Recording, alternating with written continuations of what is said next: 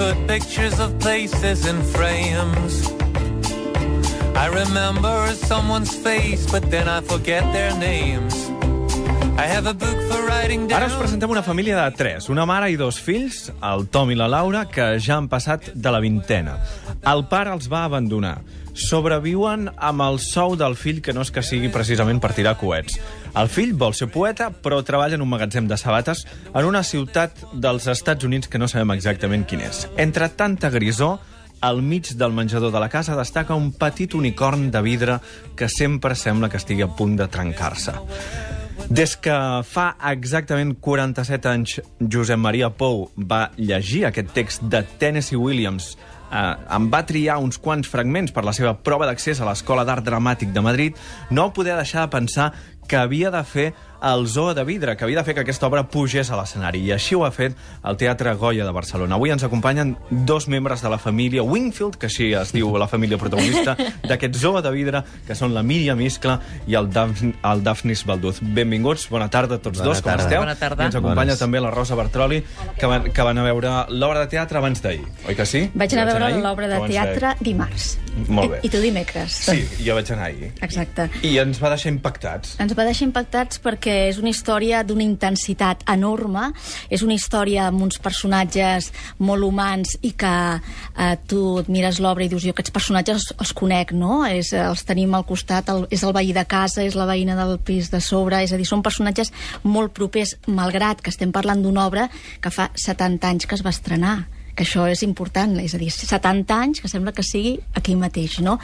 I a més és una història per la temàtica que toca molt actual, una història doncs d'esperances, de desesperances, i que passa en un context social doncs molt dur pels americans, que va ser la Gran Depressió, 1929-1930, i que els hi talla la llum, com podria passar doncs aquí a moltes famílies doncs avui en dia. Sí, perquè no han pagat la factura. Per què no han pagat la factura?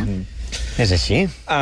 És que no sé si és que és actual el text o és que és allò que se'n diu un clàssic, universal, que pot funcionar sempre més, perquè tracta temes... Sí, home, jo penso que és un clàssic, evidentment, i com que la vida és cíclica i ens equivoquem sempre allà mateix, doncs això serà un clàssic etern, no? Perquè tornarem a caure amb les mateixes depressions econòmiques i humanes tantes vegades com puguem, es veu. No sé si vosaltres us n'heu informat molt d'això, però em sembla que l'autor negava que Tennessee Williams que fos un text autobiogràfic, però en realitat ho era, no? Perquè la seva història té bastant a veure amb aquesta família. No sé si ho negava, a mi no em consta, per lo que hem llegit... Una mica sí que es veu que ho negava. Sí, en algunes potser a l'inici, potser sí. Després a les seves memòries, que va ser cap al final de la seva vida, als 70 i pico, que les va escriure, ja no, ja ho explicava clarament. Ho negava, i la seva mare i la seva germana, que van anar a la funció, van estar molt empipades. La van renyar molt i li van dir... Això vol dir que com era totalment biogràfic, que expliquis la nostra vida. De fet, ella es deia Tom, directament. És que, vull dir, no es deia Tennessee, es deia Tom. Vull dir que és evident, i va treballar en una fàbrica de sabates, és claríssim. I el pare no hi era. El pare no hi era. La mare era insuportable, la germana tenia un petit problema mental i en aquest cas, la filla, o la seva germana, no té un problema mental, sinó que té un petit problema... Té un problema que és anècdota, que és la coixesa, però realment té un problema de sociabilització, no? És una nena que li costa molt ser social i que té un món molt particular i molt propi i molt solitari, no? I quan el Tennessee Williams va marxar de casa, llavors els pares van ingressar aquesta germana, que es deia Rose, i ell sempre va tenir un gran remordiment pel fet aquest, que l'havien ingressat. I que l'havia abandonat, i que ell no l'havia... No se'n va fer càrrec. No se'n va fer càrrec. Però aviam, explica'm exactament quina és la tortura de Tennessee Williams, o en aquest cas del Tom, del protagonista d'aquesta obra, que bàsicament és la seva mare. Bàsicament ets tu, Míriam. És una tortura. Soc molt maja, jo. És una mare... fi que no deixa créixer els seus fills. I ja tenen més de 20 anys. És una mare que pateix pels seus fills, però també té un patiment amb ella mateixa, que és una necessitat de recuperar una vida que ella havia tingut, o si més no, que recorda com si l'hagués tingut, perquè jo hi ha vegades que penso que el personatge fabula amb el seu propi record, no? Per fer-ne alguna encara més meravellós i poder sobreviure. Perquè explica tots els pretendents que havia tingut. Ella era de casa rica, de casa bona, tenia una vida meravellosa. Criats, sí, llavors ella representa que que constantment ho està recordant i d'alguna manera els hi tira encara als seus fills, que ella va decidir casar-se amb el seu pare, tenir-los amb ells, i aquí la seva vida va caure en picat, no? Llavors és que hi ha és una mare que no és que intencionadament ho faci, però la seva presència és una llosa, no?, per aquests dos fills, tant pel Tom, que té ganes de marxar, evidentment, i ella el farà sentir culpable perquè ell vol marxar, i la nena, que no pot marxar perquè no té capacitats individuals com per marxar, però és que, a més, si les tingués, la mare els hi ha anul·lat d'alguna manera. El Tom, que és el fill, és el que sustenta la família, com dèiem abans, amb un sou d'un magatzem de sabates, i allà té la presència constant de la seva mare, que li ordena tot, fins i tot el mana a seure a taula, no? Tota l'estona. Amb un fill que té 24 anys, no? 22 en aquell moment representa, sí, perquè és més jove que la germana. I no, és més gran que la germana, és més jove que la germana. I sí, però aquest ja no és només el tema, no? És que jo penso que també la mare el que pretén, a part de que després facin un pacte perquè arribi un pretendent que ocupi el lloc que jo estic ocupant, que és el d'ingressar uns diners allà, ella no vol perdre tampoc això. O sigui, si jo me'n vaig, allà no hi ha ni un duro, no? O sigui, també hi ha un punt com que és bastant egoista la situació també de tot plegat, i aquest meu és que és impossible viure allà, és impossible.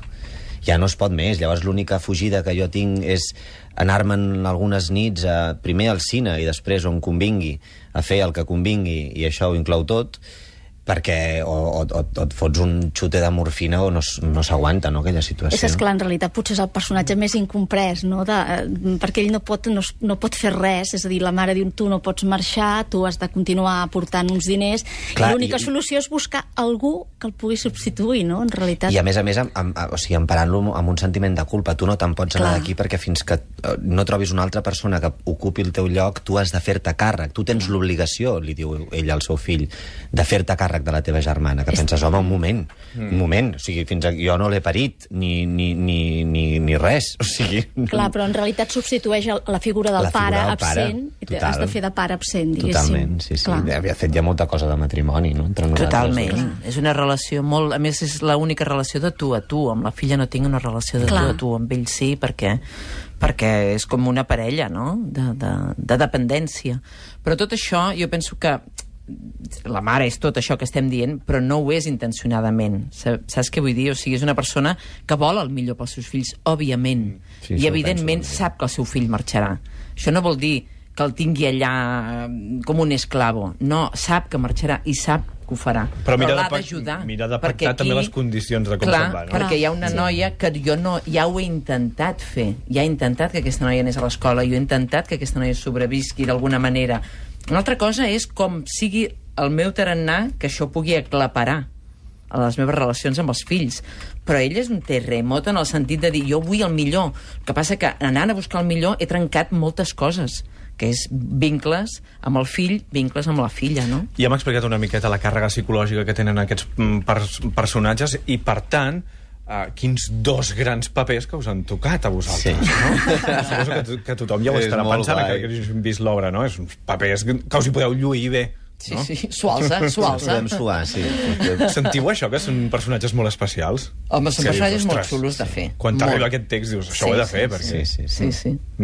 T'hi deixes la carcanada aquí per fer-lo, però és que et fa molta il·lusió perquè no són personatges ni lineals, ni són el que és obvi, ni transiten per l'escenari amb comoditat. O sigui, et poses tots els reptes que puguis i més, i llavors això és molt divertit fer-ho. I tenen moltes arestes, no?, de cop. O sigui, transiten per molts llocs, tenen molta evolució i tenen molts pics molt alts, que això sempre és divertit de fer com a actor, per entendre'ns, que no et quedes en un terreny més o menys pla en el que vas tirant, sinó que hi ha moments en què has de fer i fot-li, no?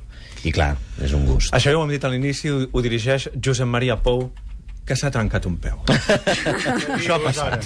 S'ha trencat un peu. S'ha fet un esguins. Un esguins. Sí, no? Un esguins amb un osset trencat. Ah, un os trencat i tot? Doncs mira, però aquell home amb aquella còrpora, allò tan petit. Aquell home tan petit, deu ser una... Amb una abraçada. Us ha arribat a dirigir amb la cama enguixada? I tant, amb un micròfon a l'escenari, fotent-nos notes amb el micròfon, que era com Déu, que ho senties per tot arreu, i dèiem, ai senyor. A més, va ser l'última setmana, que era quan entràvem al teatre i que tot era com...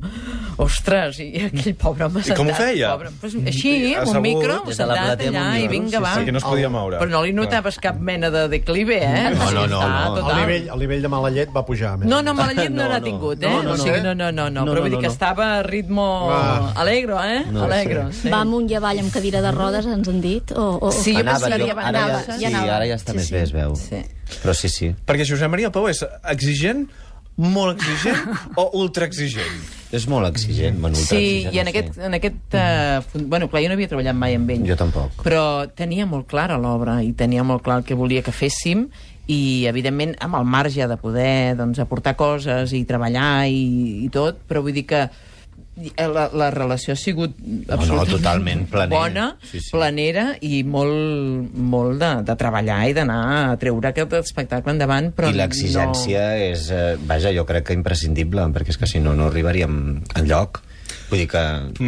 La teva obra anterior, Barcelona, Míriam, l'estàu fent el Goya en aquesta segona... No. Sí, la segona temporada la van fer el Goya. És que l'havia vist quan em va estrenar al Teatre Nacional i ara va estar una temporada al Goya. O sigui que ja t'has instal·lat allà. Jo tinc famílies al Goya. Jo allà tinc fills, em surten fills pel Goya i jo allà que vaig. Mira, la Rosa que ha fet el guió m'ha posat: Míriam Iscla, la recordeu en la seva gran actuació. Ara ho ensenya, com és, gran en majúscula, i jo ara agafo el boli i ho subratllo. A mi, ara que ho has dit, ho he d'explicar. A mi em va agradar moltíssim aquella interpretació. I ara la mantenim el gran o anem baixant, això? El manteniu, de veritat, el manteniu. Jo penso que vaja, les persones que els va agradar a Barcelona, la interpretació... És una obra semblant a aquest nivell de grandesa. És una gran obra aquesta de la qual estem parlant nosaltres. Grans personatges, que Barcelona també tenia grans personatges, exacte. Barcelona, per cert, guardonada aquesta setmana amb el Premi a la millor autoria pel Pere Riera i amb l'Emma Vilarassau com a millor actriu als Premis Max de Teatre. Home, us podien haver fet un ex-aequo, eh? No, ja està bé, que el tingui l'Emma. Sí que hauríem pogut, sí, tant. Sí, bueno, deu estar relaxat a casa seva, recuperant-se de tota aquesta cosa que li ha passat. Sí, està a tope. Hem de dir que, a banda dels convidats que avui ens acompanyen, de la Míriam i del Dafnis, hi ha també a l'obra la Meritxell Calvo, que és la filla, la germana, en aquest cas, del Dafnis, i el Peter Vives, que és el personatge que porta llum a l'obra, que és en aquella família tan reclosa, tan negra, de sobte arriba allà... Però també s'estimen molt, s'estimen molt. És una família que s'estima. S'estimen, però tenen aquesta relació. Sí, tenen aquesta relació. Però totes les famílies, hi ha subterfugios, perritas por allí debajo. Comptat i qui estigui lliure de pecat que tiri la primera pedra. Esteu al Goya fins al dia 6 de juliol? Sí. Molt bé, i us anirà molt bé. Esperem. Sí. De moment la gent està la que ve entusiasmada i esperem que vagi venint més. I dimarts un públic molt transversal, molta gent jove. Jo m'hi vaig fixar, potser perquè era una miqueta més barat el dimarts. Sí. Potser també. Això ajuda, sempre ajuda. Però en tot cas hi havia gent de totes les edats al teatre, que això és molt important també. Doncs us desitgem molta sort fins al 6 de juliol i més enllà. Moltes gràcies. Molt bé, el Zoo de Vidre, de Tennessee Williams, al Teatre Goya de Barcelona. Que vagi bé. Fins aviat.